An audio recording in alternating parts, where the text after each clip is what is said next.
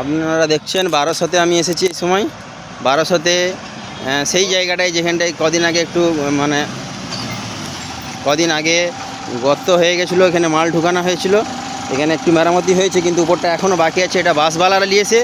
এখানে আগের ভিডিওতে আমি দেখিয়েছি, দেখুন রাস্তার পজিশন খুবই খারাপ, কিন্তু তারপরেও এত বড় বড় গাড়ি ঢুকছে। দেখুন এত বড় বড় গাড়ি ঢুকছে। আমাদের কলরাতে লেখাই আছে 10 টনের বেশি ঢুকবে না। আপনার গাড়িতে কত টন মাল আছে? খালি গাড়ি। কী নিয়ে এসেছিলেন? সার নিয়ে এসেছিলেন। কত টন? তো 10 টনের বেশি এই রাস্তায় তো মাল আসার কথা নয়, আপনি 11 টন নিয়ে এলেন কী করে? পার্টি জানে, মালিক জানে। রাস্তা তো এই তো এরকম খারাপ, তারপরেও আপনারা ওখানে কলরায় লেখা আছে তো 10 টনের বেশি নয়। তা আমরা দেখি, কেন দেখেননি? গাড়ি চালাচ্ছেন, আপনাকে দেখতে হবে না? দেখে তো ঢুকতে হবে।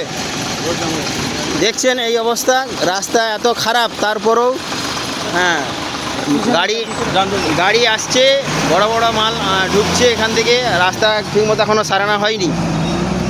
সব কিছু বলো। এই রাস্তাটা হচ্ছে কলরা থেকে মলিঘাটি যাওয়ার রাস্তায়। বারাসতেতে আজ প্রায় দিনাকুড়ি হয়ে গেল ধস নিয়েছিল রাস্তাটা।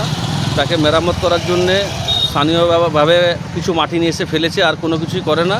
বড় বড় লরি ডেলির মোটামুটি 10টা 20টা করে ভারী ভারী লরি যাতায়াত করছে।